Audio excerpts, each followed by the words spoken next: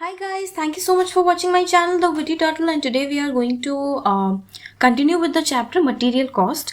इसमें हम लोग सबसे पहले थोड़े बहुत न्यूमेरिकल्स आज कर लेंगे, फिर हम लोग थ्योरी पढ़ेंगे, ठीक है. So the first numerical is illustration number 12 जिसमें बोल रहा है two components A and B are used as follows. Normal usage दिया है उनका 50 पर वीक, दोनों का ही 50-50. रीऑर्डर क्वांटिटी दिया है A का 300 एंड B का 500. मैक्सिमम यूसेज दिया है 75 पर वीक, दोनों का ही. मिनिमम यूसेज भी दोनों का ही दिया है 25 पर वीक. रीऑर्डर पीरियड दिया है A के लिए 4 to 6 वीक्स एंड B के लिए 2 to 4 weeks. What do you need to calculate? You have to calculate reorder level, minimum level, maximum level and average stock level for both the components, right? So इसका solution हम लोग start करते हैं. So हमें first क्या बोला है? reorder level निकालने के लिए बोला है. तो reorder level का formula क्या है? maximum consumption into maximum reorder period. तो A का maximum consumption कितना है? maximum consumption दिया है दोनों का ही 75, इसका भी 75 multiplied with maximum reorder period कितना है. A के लिए it is given as 6 and for B it is given as 4. तो ये तो हो जाएगा 300 यूनिट्स. रीऑर्डर लेवल हो जाएगा B का और A का हो जाएगा 450 यूनिट्स, राइट. कैलकुलेट करने पर यही आ रहा है. सेकेंड क्वेश्चन में क्या बोल रहा है? मिनिमम लेवल का जो फॉर्मूला है वो क्या है? Reorder level minus normal consumption into normal reorder period. तो नॉर्मल रीऑर्डर पीरियड हम लोग सबसे पहले निकाल लेंगे. यहाँ पर नॉर्मल रीऑर्डर पीरियड क्या होता है? जो रीऑर्डर पीरियड आपको दिया होता है मिनिमम और मैक्सिमम, उनका हमें एवरेज निकालना रहता है. तो A के लिए क्या हो जाएगा 4 + 6/2 and for B it will be how much 2 + 4/2. ये हो जाएगा 5 and this will be how much 3.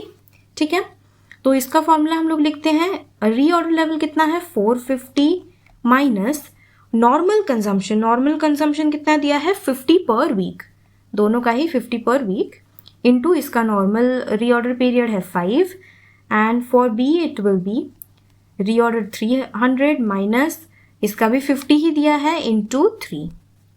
सो ये क्या हो जाएगा 450 माइनस 250, ये हो जाएगा 200 यूनिट्स एंड B का हो जाएगा 300 माइनस 150, हो जाएगा 150 यूनिट्स. ठीक है, नेक्स्ट क्या बोल रहा है क्वेश्चन में? Maximum level. इसका फॉर्मूला है ROL reorder level plus reorder quantity, और रीऑर्डर क्वांटिटी तो आपको क्वेश्चन में गिवन ही है. इसमें से आपको माइनस करना है the multiplication of minimum consumption into minimum reorder period. तो ROL कितना है आपका यहाँ पर 450 प्लस 300 दिया है A का, माइनस मिनिमम कंजम्पशन कितना है यहाँ पर? Minimum consumption is 25 into minimum reorder period for A is 4. यहाँ पर सिमिलरली ये कितना है? ये हो जाएगा 300 plus 500 it is given, minus minimum consumption इसका भी 25 है into minimum reorder period is 2. ठीक है, ये क्या हो जाएगा 750 माइनस 100 यानी कि 650 units and for B it will be 800 minus 50, ये हो जाएगा 750 यूनिट्स. ठीक है, मैक्सिमम लेवल दोनों का हमें पता चल गया. नेक्स्ट हमें निकालने बोला है क्वेश्चन में average stock level. Average stock level क्या बोलता है? इसका फॉर्मूला है minimum level plus maximum level divided by 2. Minimum level plus maximum level divided by 2. तो मिनिमम लेवल क्या है यहाँ पर? A का आया है 200 और B और मैक्सिमम लेवल आया है 650 बाय 2. तो इसको कैलकुलेट करने पर क्या आ जाएगा? ये 850 by 2 that will be 425 units, right. और B का कितना आएगा अगर हम कैलकुलेट करेंगे? 150 प्लस 750 by 2. ये दोनों को मिलाने पर आ जाएगा 900 by 2 that will be 450 units. यहाँ पर एक और फॉर्मूला है, हम लोग देख सकते हैं. एवरेज स्टॉक लेवल का 2 फॉर्मूला आता है. सेकेंड फॉर्मूला बोल रहा है minimum level plus half into ROQ। तो मिनिमम लेवल कितना है यहाँ पर 200 plus 1/2 into reorder quantity for A is given as 300। इसको कैलकुलेट करने पर क्या आ रहा है, it is coming as 350 units. ठीक है, और B का कितना आ रहा है, मिनिमम लेवल है 150 plus half into ROQ reorder quantity that is 500 in this case, so it will be how much 400 units। ठीक है, तो यहाँ पर आप लोग देख पा रहे हो कि ये जो एवरेज स्टॉक लेवल है, क्योंकि हम लोगों ने दो फॉर्मूला पुट किया है, तो यहाँ पर दोनों का जो क्वांटिटी है, जो लेवल है, वो सेम नहीं है। क्यों सेम नहीं है, because we are calculating average stock level. Average word है यहाँ पर, इसीलिए ये दोनों सेम नहीं आएगा। दो अगर फॉर्मूला हम लोग पुट कर रहे हैं, दोनों का अगर कॉन्सेप्ट थोड़ा सा अलग है, तो उस केस में जो आंसर आएगा आपका दैट माइट वेरी। ठीक है, नेक्स्ट क्वेश्चन हम लोग देखते हैं, that is illustration number 13। Question में क्या बोल रहा है, Anil company buys its annual requirement of 36,000 units in 6 installments, right. तो यहाँ पर आपका जो एनुअल डिमांड क्या है, annual demand is 36,000 units. Each unit cost 1 rupee and the ordering cost is 25। O आ गया आपका यहाँ पर कितना 25, A हमारे पास है यहाँ पर, और क्या बोल रहा है, इसका जो कॉस्ट है that is 1 rupee। The inventory carrying cost is estimated at 20% of unit value। जितना यूनिट का वैल्यू है उसका 20% इज योर इन्वेंट्री, तो कैरिंग कॉस्ट क्या आ जाएगा, यूनिट कॉस्ट है 1 rupee, उसका 20% that will be 0.2 rupees। Carrying cost आ गया आपका। फिर बोल रहा है find the total annual cost of the existing inventory policy and how much money can be saved by using EOQ। ठीक है, तो हमारे पास ये सारे इंफॉर्मेशन है, सो पहले हम लोग EOQ निकाल लेते हैं। इसका EOQ क्या होगा, EOQ का क्या फॉर्मूला है, EOQ equals to 2AO by C, 2 into 36,000 into 25 by 0.2 उसका रूट ओवर।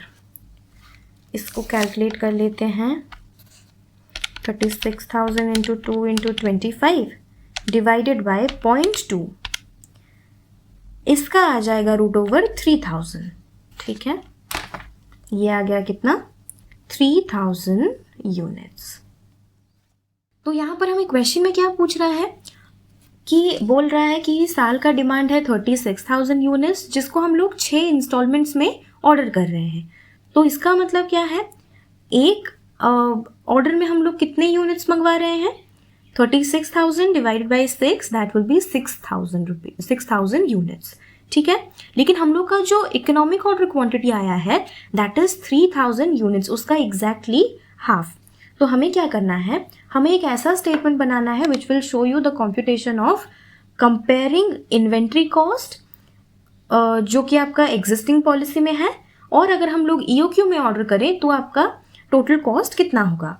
तो हमें क्या क्या कैलकुलेट करना है, परचेज कॉस्ट, ऑर्डरिंग कॉस्ट और कैरिंग कॉस्ट, तीनों ही केसेस में जिसका कॉस्ट कम आएगा वो हमें अप्लाई करना चाहिए अपने सिस्टम में, और उसमें से हम लोग ये भी कैलकुलेट कर सकते हैं कि अगर हम लोग EOQ के हिसाब से ऑर्डर करेंगे so what amount of money we can save. So in the existing policy amount order in one order is how much, 36,000 divided by 6 that will be 6,000 units, right? So अब हमें क्या करना है, we need to prepare a statement showing calculation of comparative inventory cost of existing policy and proposed EOQ। तो इस case में आपका जो परचेज कॉस्ट है वो कितना है, एग्जिस्टिंग पॉलिसी में परचेज कॉस्ट ये है आपका 1 rupee एक यूनिट का, एंड पूरे साल में आप मंगवा रहे हो 36,000 यूनिट्स, तो ये कितना आ जाएगा आपका 36,000 रुपीज़। सिमिलरली EOQ में अगर आप ऑर्डर करोगे तो भी तो ये सेम ही आएगा ना, क्योंकि पूरे साल में तो आपको इतना ही ऑर्डर करवाना है, सो ये भी आ जाएगा 36,000 rupees. Coming to ordering cost, ordering cost कितना है हम लोग का, हर ऑर्डर के हिसाब से 25 rupees, right. 25 rupees multiplied with existing policy में कितने नंबर ऑफ ऑर्डर्स आ रहे हैं यहाँ पर? यहाँ पर आ रहे हैं 36,000 बाय 6,000। तो यहाँ पर 6 ऑर्डर्स आ रहे हैं, तो ऑर्डरिंग कॉस्ट यहाँ पर कितना हो जाएगा? 25 into 6, that will be 150 rupees. EOQ में कितने ऑर्डर्स होंगे? 25 है हर ऑर्डर का कॉस्ट मल्टीप्लाइड विथ 36,000 बाय 3,000, ठीक है। सो ये हो जाएगा आपका 12 into 25, this is coming as 300 rupees, ठीक है। ऑर्डरिंग कॉस्ट कंप्लीट हुआ। Coming to carrying cost. Carrying cost जो है वो हर एक यूनिट का कितना आ रहा है? 0.2 कैलकुलेट किया था हम लोगों ने। तो कैरिंग कॉस्ट का क्या फॉर्मूला होता है? आप लोगों को याद है, ऑर्डर साइज जितना होगा डिवाइडेड बाई 2 इंटू जितना भी कैरिंग कॉस्ट होगा। तो यहाँ पर डिवाइडेड बाई 2 क्यों किया जाता है? वो इसलिए किया जाता है क्योंकि आप लोग ये अज्यूम करके चलते हो कि हम लोग जितना ऑर्डर करेंगे उसमें से हमें हाफ ही अपने पास इन्वेंट्री में रखना होगा, बाकी सब हम लोग सेल कर देंगे, राइट। सो यहाँ पर ऑर्डर साइज कितना है? Order size is your 6,000 units by 2, ठीक है। तो अब हम लोग इसको कैलकुलेट करते हैं। ये हो जाएगा आपका 600 रुपीज़, राइट। ये तो कट गया 2 and 2 और ये जो पॉइंट है यहाँ पर आ जाएगा और ये 600 आ जाएगा। सिमिलरली यहाँ पर क्या हो जाएगा? 0.2 एक यूनिट का है एंड ऑर्डर साइज है हम लोग का 3,000 by 2, so it will be 1500 units हमें करने पड़ेंगे एंड ये हो जाएगा 300 रुपीज़, ठीक है। तो इन सब को जब हम लोग ऐड कर देंगे सो ये कितना आ जाएगा? 36,750 रुपीज़ टोटल, और ये हो जाएगा 36,600 रुपीज़, राइट। तो अब हम लोग देखेंगे कि EOQ, अगर हम लोग EOQ से ऑर्डर करेंगे तो हम लोग का सेविंग्स कितना होगा, राइट। सेविंग्स कितना होगा? तो पहले हम लोग को कितना कॉस्ट पड़ता था?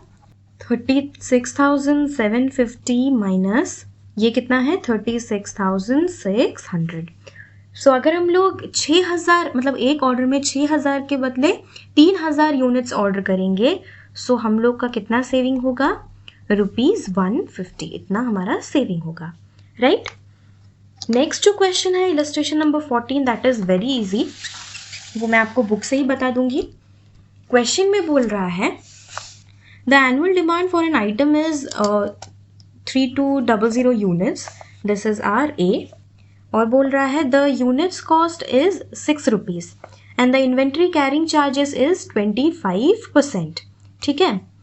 सो ये आ गया हम लोग का जो कॉस्ट है, और इसका इन्वेंट्री कितना हो जाएगा? 6 इंटू 25%, यानी कि 1.5 rupees. If the cost of one procurement is ₹150, then determine आपका EOQ कितना होगा। Number of orders per year कितने होने चाहिए? अगर आपका EOQ आ जाएगा तो दिस डिवाइडेड बाय EOQ कर देंगे तो वो आ जाएगा। फिर बोल रहा है time between 2 consecutive orders, 2 order के बीच में आपको कितना टाइम लगेगा वो भी आपको कैलकुलेट करना है। So let's start with the EOQ। EOQ का फॉर्मूला क्या है? 2AO बाई C, इसका रूट ओवर 2, ये A है आपके पास, आपका ऑर्डरिंग कॉस्ट जो है दिया है आपको 150 रुपीज़, डिवाइडेड बाय आपका जो कैरिंग कॉस्ट है that is how much? 6 into 25%। इसको कैलकुलेट करने पर आपके पास EOQ आ गया कितना? 800 यूनिट्स। सेकेंड पॉइंट में आपको पूछ रहा है number of orders per year, एक साल में आप कितने नंबर ऑफ ऑर्डर्स जो है आप प्लेस कर सकते हैं। आपको पूरे साल भर में चाहिए 3200 यूनिट्स और आप एक बार में 800 यूनिट्स मंगवा सकते हैं, तो ऑब्वियसली आपको साल भर में कितने ऑर्डर्स करने पड़ेंगे? 4 ऑर्डर्स करने पड़ेंगे, राइट। सो 3200 बाई 800 यानी कि 4 ऑर्डर्स, ठीक है। नेक्स्ट पूछ रहा है the time interval between 2 consecutive orders. आपने यहाँ पर मंगवाए 800 यूनिट्स, फिर 800 यूनिट्स के बाद आप जब यहाँ पर दोबारा उस ऑर्डर को प्लेस करेंगे, उनके बीच का टाइम गैप कितना होना चाहिए, ठीक है। तो ये तो कॉमन सी बात है ना, आपको अगर साल में 4 बार मंगवाने हैं और सेम अमाउंट सेम क्वांटिटी का मंगवाना है तो पूरे साल में अगर 12 महीने हैं तो 12 महीने को आप डिवाइडेड बाय 4 कर दो। हर 3 महीने में आपको एक एक ऑर्डर प्लेस करना पड़ेगा, right. Number of months in years divided by number of orders equals to 12/4 equals to 3 months, right. समझ में आ गया ये चीज़? क्या करना है आपको, पूरे साल में आप कितने महीने हैं और आपको कितनी बार ऑर्डर करना है। क्योंकि सेम क्वांटिटी हर बार ऑर्डर करना है तो ऑब्वियसली आप एक पर्टिकुलर इंटरवल ऑफ टाइम में आप ऑर्डर करोगे। सो वो कितना हो जाएगा, जितना नंबर ऑफ ईयर्स है डिवाइडेड बाय आप कितनी बार उसको ऑर्डर कर रहे हो, ठीक है। नेक्स्ट हम लोग देखते हैं इलस्ट्रेशन नंबर 15। यहाँ पर क्या बोल रहा है, a company manufactures a special product which requires a component alpha. Okay, the following particulars are collected for the year 2015. Annual demand of alpha दिया है आपको 8000 units, this is your A. फिर बोल रहा है cost of placing an order 200 rupees per order, तो ये आ गया आपका O, ordering cost. नेक्स्ट बोल रहा है cost per unit, तो ये जो कंपोनेंट है अल्फा इसका एक यूनिट का कॉस्ट कितना है 400 रुपीज़. कैरिंग कॉस्ट दिया है आपको 20% ऑफ द कॉस्ट, यानी कि ये जो 400 है इसका 20% दैट विल बी 80 रुपीज़. ठीक है. फिर बोल रहा है the company has been offered a quantity discount of 4% on the purchase of alpha provided that the order size is 4000 components at a time.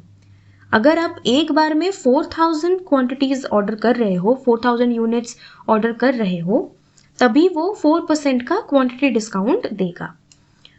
Question में बोल रहा है first you need to calculate EOQ कितना आ रहा है.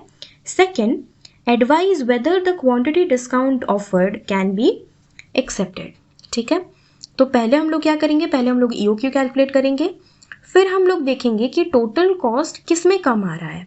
अगर हम लोग ईओक्यू ऑर्डर करते हैं तो कम आ रहा है, या फिर ये वाला ऑफर एक्सेप्ट करते हैं और 4000 कंपोनेंट्स एट अ टाइम मंगवाते हैं तो हमारा टोटल कॉस्ट कम आ रहा है. ठीक है, ये हम लोग चेक करते हैं. सबसे पहले हम लोग ईओक्यू कैलकुलेट करेंगे. तो ईओक्यू का क्या फॉर्मूला है, 2 ए कितना है, A is your 8000 into O is your 200 rupees divided by cost per unit कितना है 400 इंटू कैरिंग कॉस्ट है आपका 20%, इसका रूट ओवर. राइट. इसको जब हम लोग कैलकुलेट करेंगे तो ये आ जाएगा हाउ मच, 200 यूनिट्स. तो आप लोग देख सकते हैं यहाँ पर एक बहुत बड़ा गैप है. मतलब ईओक्यू आ रहा है आपका 200 यूनिट्स, लेकिन जो ऑफर है वो आपको बता रहा है कि आपको eight a time 4000 components order करने पड़ेंगे. राइट. तो अभी हम लोग क्या करेंगे, इवैल्यूएट करेंगे प्रॉफिटेबिलिटी कि दोनों ऑप्शंस में, ईओक्यू में और ये जो ऑफर है इनमें किसमें कॉस्ट जो है हम लोग का वो कम आ रहा है. ठीक है. Evaluation of profitability of different options of order quantity. ठीक है. जब हम लोग ईओक्यू ऑर्डर करेंगे तो एक बार में कितने यूनिट्स ऑर्डर करना है हमको, 200 यूनिट्स. राइट. तो यहाँ पर परचेज कॉस्ट कितना हो जाएगा, परचेज कॉस्ट यहाँ पर हो जाएगा आपको पूरे साल के लिए, हम लोग देख रहे हैं पूरे साल के लिए हो जाएगा 8000 यूनिट्स मल्टीप्लाइड विथ एक यूनिट का कितना प्राइस है 400 रुपीज़. तो ये टोटल आ जाएगा आपका 32 lakhs. ठीक है. ऑर्डरिंग कॉस्ट, ऑर्डरिंग कॉस्ट हम लोग कैसे देखेंगे, एक बार ऑर्डर करने पे आपका 200 रुपीज़ कॉस्ट आ रहा है. ठीक है. और अगर 200 यूनिट्स हैं तो how many times you have to order, 8000 divided by 200,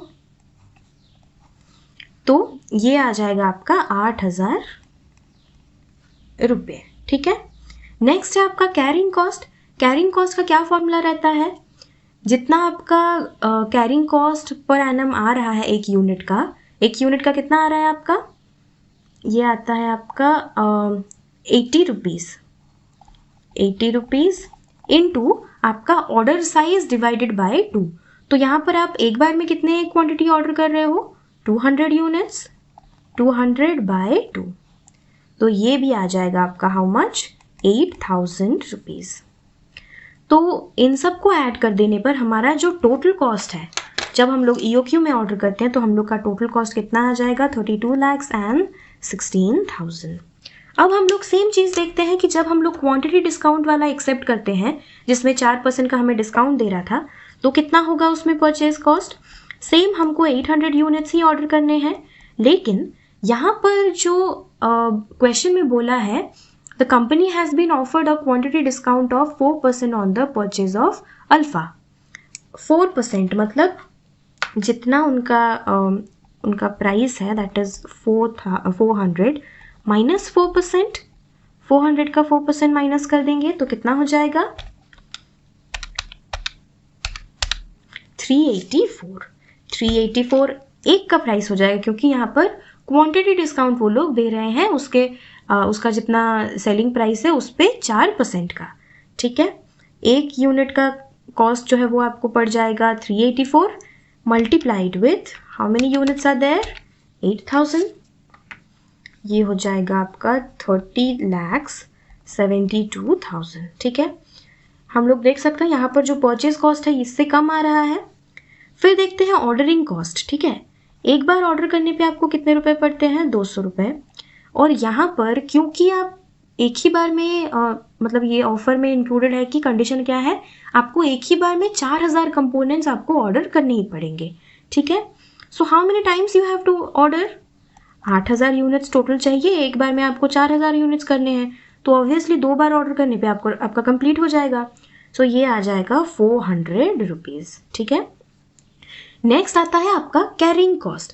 carrying cost यहाँ पर क्या हो जाएगा? 80 रुपीज़ ना, यहाँ पर 80 रुपीज़ नहीं होगा। You need to keep this in mind कि हमेशा आपका जो कैरिंग कॉस्ट है ना दैट इज कैलकुलेटेड ऑन जितना आपका कॉस्ट है, जितने में आपने वो प्रोडक्ट को खरीदा है। यहाँ पर आपका कॉस्ट कितना है? 384। ये वाला कैलकुलेट करने पर आता है 384 क्योंकि आपको ट्रेड डिस्काउंट मिल रहा है।